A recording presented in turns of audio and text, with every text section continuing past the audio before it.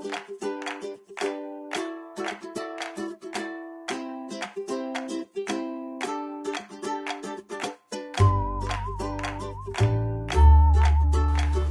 to the dish. Well, October makes us think about things like ghosts and goblins, witches, black cats. All of them pretty scary, right? Well, 3 out of the 4. Black cats aren't scary or evil. Today we're going to have a few tidbits on the myths of black cats. Believe it or not, black cats still represent bad luck at animal shelters. But not because they bring bad luck, they have bad luck, simply because of their color. As a dominant color, there simply are more black animals, and they're often overlooked and more likely to spend longer periods of time at shelters before being adopted.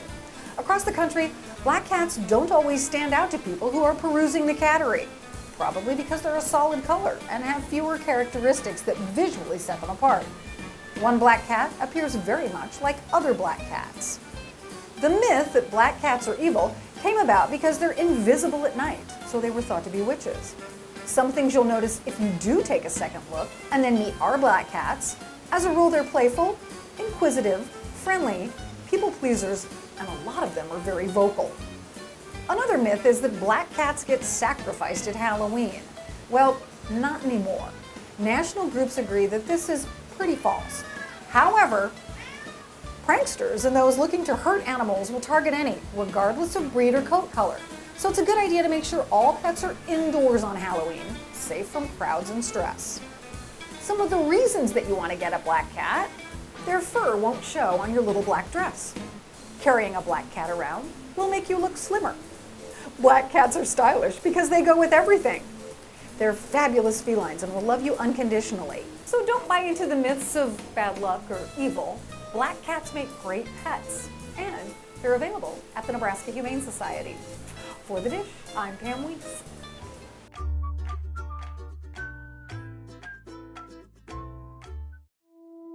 I love to run, but I can't walk a straight line. It's because of my brain. It's been damaged. My previous owner left me unconscious. I still don't know what I did to make her so angry that night. Amazing people found me and gently nursed me back to health. They gave me my second chance. I once overheard a child ask if I'd walk straight again when I got to heaven. Maybe, but right now, I'm enjoying my little piece of heaven on earth. I couldn't remember what it meant to fetch, or to shake, or even to run. All I could do was lie down, held captive by my own matted fur, neglected, broken. Incredible people removed the filth and repaired my crippled body. They helped me look and feel and trust like a dog again. I remember someone whispering, "We'll make it better." And after years of abuse, love did just that.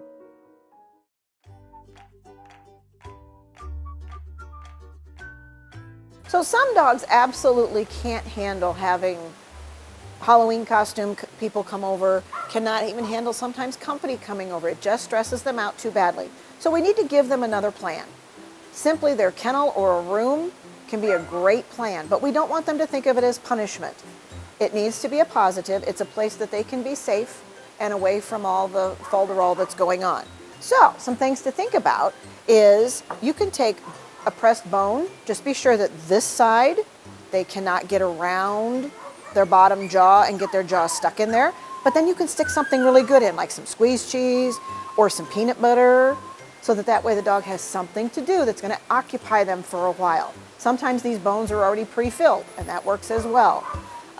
Excuse me. For some dogs, maybe they can't handle that kind of thing, maybe just a simple toy, but you can put some squeezed cheese on there, you can put peanut butter on there, something that they like. Put some of the canned version of their dog food in there and see what they do with it. But it makes it a fun thing. Kongs are also another wonderful toy. You can even take some of their kibble and put it in a bowl about how much will fit in here. Put something wonderful around it. It can be peanut butter. You can use things like baby food, the canned version of their dog food. Anything that's going to give it so that it will stick together. And then push it in there, freeze it, so it takes them a little bit harder to work at. Maybe put a little bit when you first give it to them on the outside that's not frozen, so it entices them right away. Then ask them to get in their kennel. Okay. give them that really good thing. So it's a positive thing to be in there. If they're still pretty freaked out, the other thing you can also do is put a blanket over their kennel so they can't see everything that's going on. It just makes it a little more den-like for them. But usually working on the Kong occupies them. When it's frozen, they have to work at it a little bit harder. And then as it starts to thaw, ooh, it gets a little bit easier. So it's another toy and it occupies them for a while. Some dogs also do really well with bone from the butcher. They're pretty high value. Just, again, be sure that they can't get it stuck around their jaw in any way. But it makes it special. Something like this, I would give this to her when I needed her just to be in her kennel because I had company or it was Halloween or something like that. It's not punishment, it's a good thing, but I'm going to make it something special she only sees then. So it will be enticing for her and hold her attention and make her feel more comfortable. Again, you have company come over and you eventually want them to meet, good idea to put them on leash. Bring them out on leash, let them maybe greet, maybe you have people drop some treats, and then maybe they go back. Having their tags on them on Halloween is also a wonderful thing. They do get out, which would be very unfortunate. At least someone has a way to call you and get them back to you. And she's pretty occupied.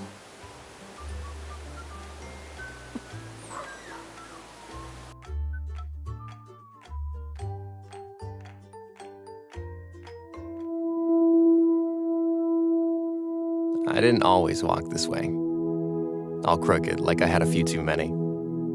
It started after I suffered irreversible brain damage. I don't know what I did to make my previous owner so angry. Sure, I had a few accidents on the carpet, chewed a couple pairs of shoes, but I always tried to make up for it. Gave extra kisses, snuggled a bit closer. I'd sit and stay and wish myself invisible when the yelling got too loud. It didn't matter. I'm told that I was found unconscious that night. Amazing people gently nursed me back to health, waiting patiently by my side and surrounding me with love and the promise of safety. I was given a second chance. I once overheard a little girl ask if I'd walk straight again when I got to heaven. Maybe. But right now, I'm enjoying my little piece of heaven on earth.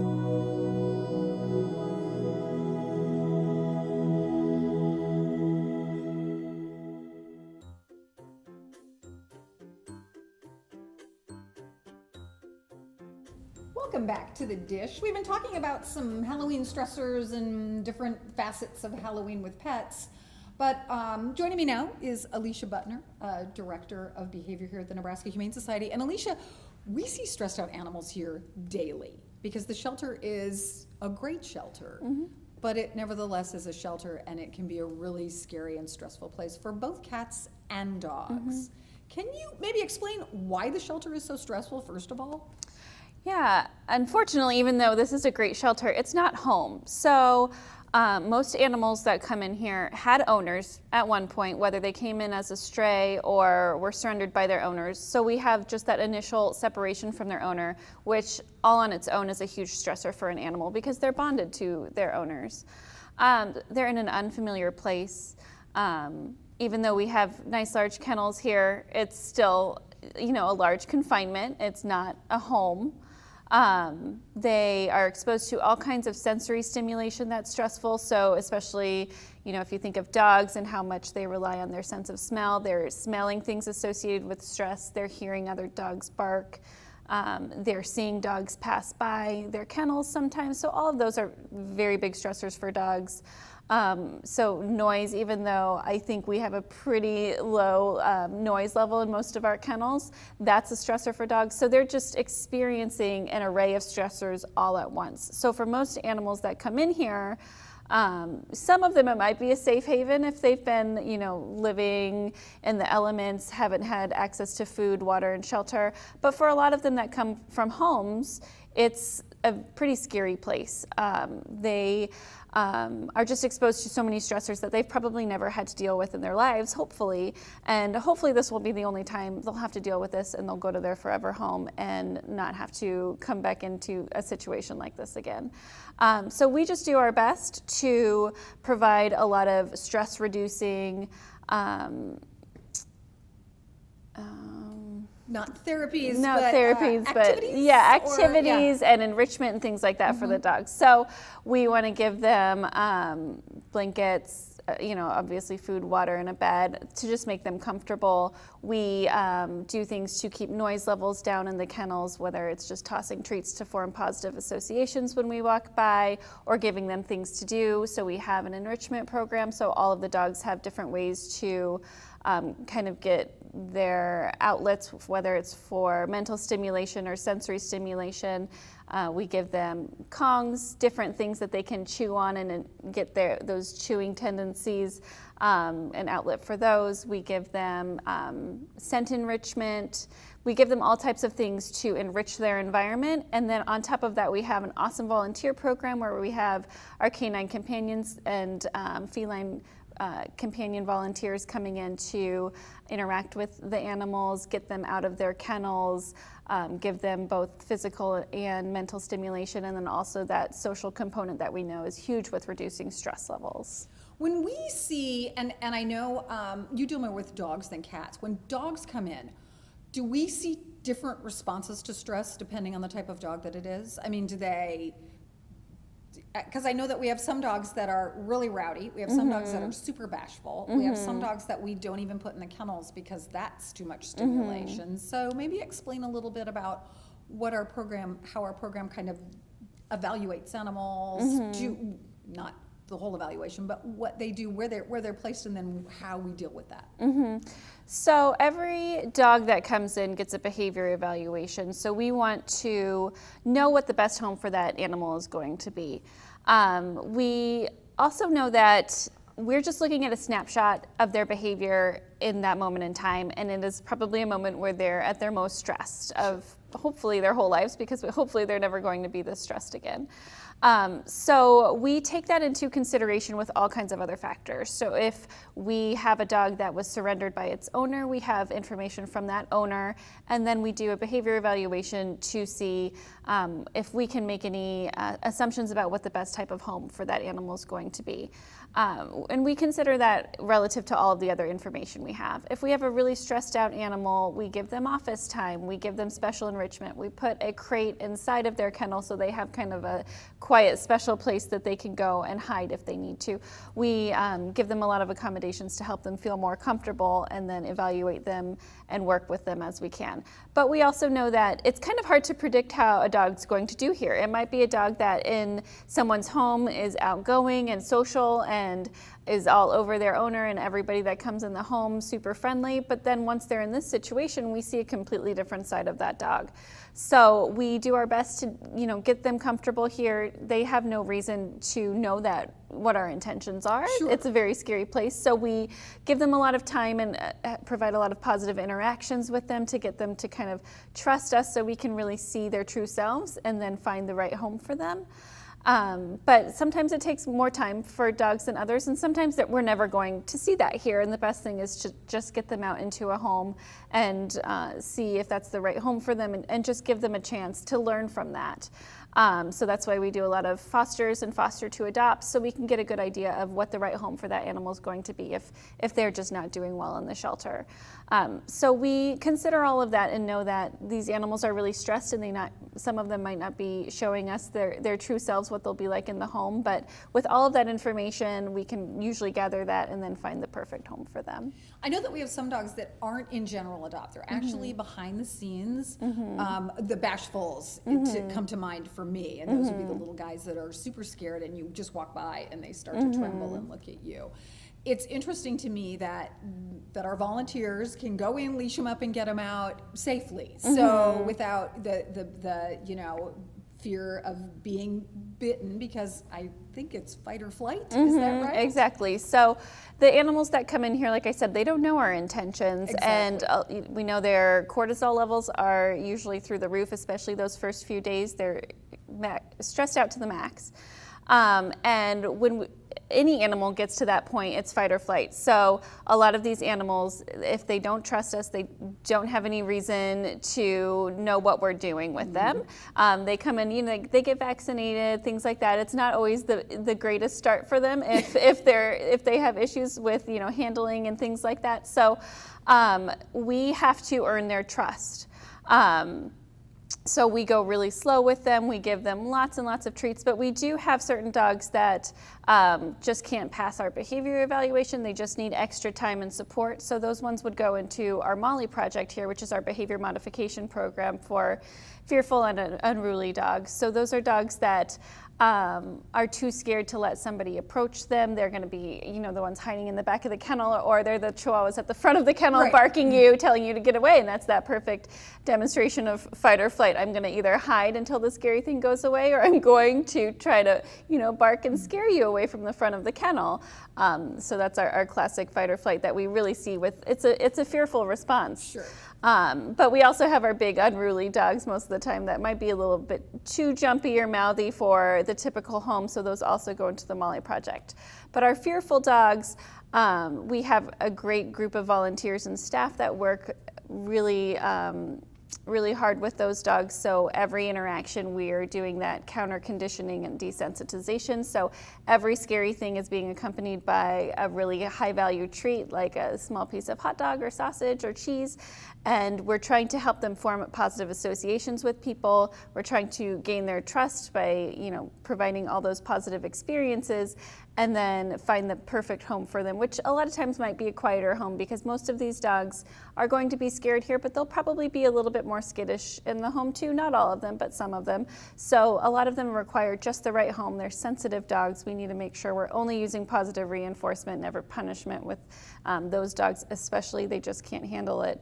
And we just want to provide a lot of positive experiences so that they can learn that we're here to help them, and that we just want them to find their forever home. So there's a lot going on behind the scenes as well as just in front of the scenes. I know that people sometimes come in and go, well, this dog came in and I don't know where it is. And I'm like, it's probably in the back. It's being worked with. We're trying to make sure that we get them comfortable enough so that the general population can handle them. Or sometimes the adoptions actually happen out of the back as well. Yeah, so we have our Diamond Dog program for those dogs that are in the Molly project and just can't really handle the adoption floor. So if you think about it, on top of being in the shelter, when they're on the adoption floor, they've got people going by their kennel at all times of the day. It's just a lot, it can be a lot louder than our back kennels and just a lot more stressful. So some of these dogs really just can't handle being on the adoption floor. They might have bad kennel presentation where they are hiding in the back, or they're biting the bars because they're scared, and their way of dealing with that is to make the scary thing go away. And sadly, you might be the scary thing if they're not used to you. So those dogs are available from the back, and they're called Diamond Dogs, and we set those up by appointment only. We do a little bit of screening to make sure it's the right home. So some of these dogs might not do well in apartments because it's just too much commotion. They need a quiet home with a yard where they are not going to have to go on walks and see strangers, where they might, you know, be a little bit scared.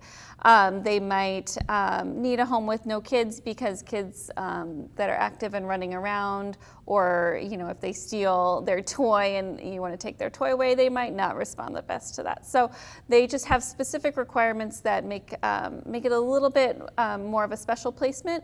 So we set those up by appointment only, and the behavior staff does those appointments, and they do extensive counseling on what that dog needs. And also, some of these dogs won't come out of the kennel for anybody except somebody they know, and so that's why a very small group of people are working with those dogs, because they just might take a little bit longer to warm up. And sometimes I think those are the most special dogs, because you know that you're their person. Once they bond to you, they make you feel very special if you're just that one person that they'll come to. So they're not always the dog for everybody, but there are a lot of people out there that love these kinds of dogs that we can find the right homes for if we show them in their best light, and give everybody the skills they need and the knowledge they need to work with those dogs. All right. Well, gosh, it's amazing what happens here, both in front of the scenes and behind the scenes. So, Alicia, thanks for talking to us today about animal stress at the shelter. Thank you. We'll be back with more from The Dish.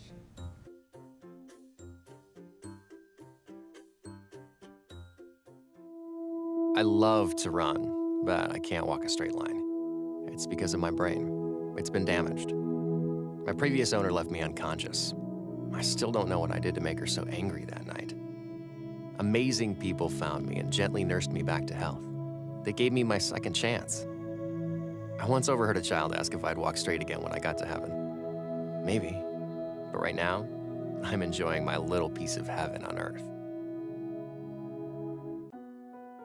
I couldn't remember what it meant to fetch, or to shake, or even to run. All I could do was lie down, held captive by my own matted fur, neglected, broken. Incredible people removed the filth and repaired my crippled body. They helped me look and feel and trust like a dog again. I remember someone whispering, "We'll make it better." And after years of abuse, love did just that.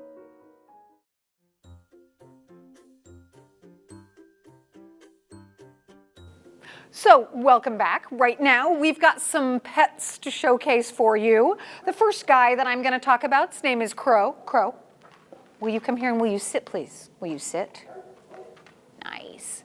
Crow is a 4-year-old Labrador Retriever something else mix. He's a bit bigger boned than a lot of the labs that we see, but he is a fabulous boy. He's got marvelous leash manners. So when you're walking with Crow, he is very conscious of what you're doing. And in fact, I was taking him out today and he kept looking behind his shoulder at me saying, "Hey, what am I supposed to be doing? How am I supposed to be walking?" And when he's on the leash with you, if you walk with him, Crow, he's very easy to walk. You can walk with him on a slack leash all the time. He's not a big puller at all, and he really enjoys walking and meeting other people. Again, he's 4 years old. He's a Labrador Retriever mix. He is a sweetheart.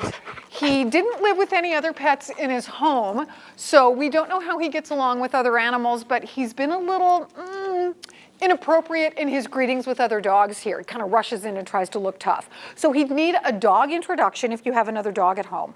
But this guy is fabulous. He might knock over a little kid just because he doesn't know how big he is. But other than that, he has no restrictions on him, other than he needs to meet the entire family, and he also needs to meet any resident dogs. But again, he knows his name, Crow. Crow, will you sit, please? Will you sit down? He's very well trained. Sit down. He's going to make a liar out of me now. Sit. Anything for a Gaines burger, right? Do you down? I don't know if he knows down or not. Doesn't look like it, but that's okay. Sit. Sit. There you go, buddy. I love this boy. He's an easy dog to be with because he's so well trained, he's really responsive, and he's just great on leash. So that is Crow, a 4-year-old lab mix who's available at the Nebraska Humane Society.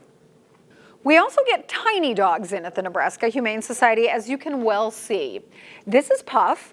Puff is a 10-year-old Pomeranian, and Puff, I'll be honest with you, has very few teeth. Puff did not have good dental care as a child. He did not brush, he did not floss, and so we ended up needing to pull most of Puff's teeth.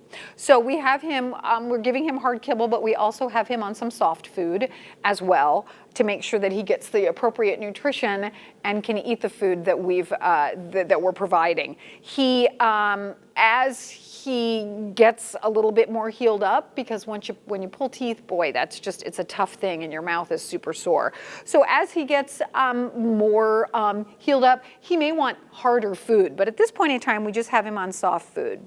He's 10 years old. He's a wee beastie, just a tiny little man. He doesn't weigh that much. This is what he wants to do. He just wants to hang out with you and be held and sit with you on your lap. He's been passed around to every office in the building and loves to just hang out with people. He will walk on leash, and so we take him out to potty, and he will potty outside.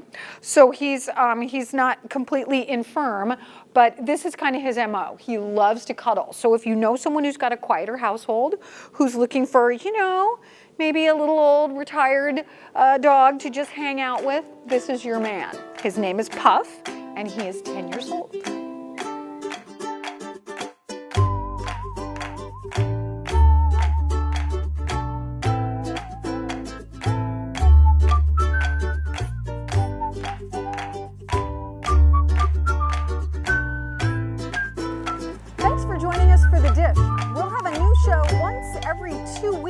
that'll bring you more training tips and pet health tips, information about events that are going on at the shelter, and things that you as a pet owner can use. So for now, goodbye, but thanks for joining us and have a great week.